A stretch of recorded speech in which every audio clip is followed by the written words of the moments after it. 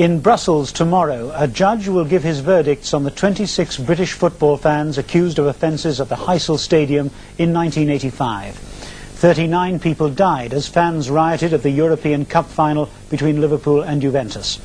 A number of Belgian officials are also on trial. Today, a Belgian policeman who was on duty at the time of the tragedy claimed that senior police officers have staged a cover-up to hide their mistakes.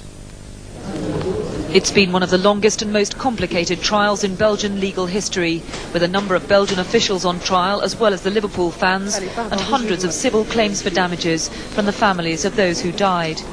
The public prosecutor has recommended prison sentences of 3 to 4 years for 15 of the fans, against whom he says there's strong evidence. They all maintain they're innocent of manslaughter.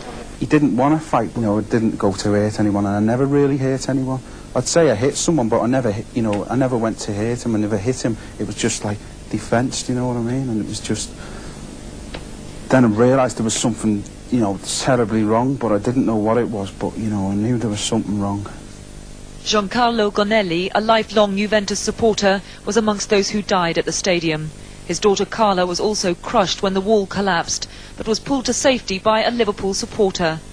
Carla was in a coma for 3 days and remembers nothing of what happened.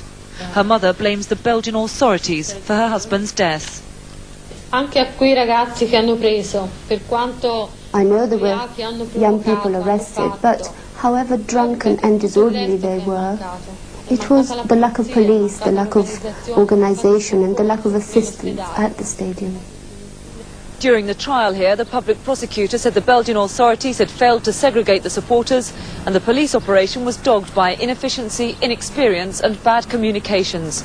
The officer in charge at the stadium, Captain Johan Maggio, had never been to a football match before. He and his superior, Major Paul Concier, faced charges of negligence. But a former gendarme captain who was in charge of one of the squadrons on duty at Heysel says the real errors were made by more senior officers, who then tried to cover up their mistakes by concealing documents. There was a mistake in the basic organisation. The stadium was divided in 2 parts, one covered by the city police, the other by gendarmes, which I believe was a mistake right from the beginning.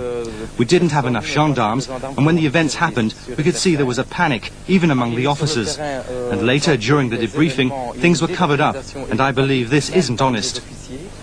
The judge delivers his verdicts tomorrow, but the complex legal proceedings may not end there.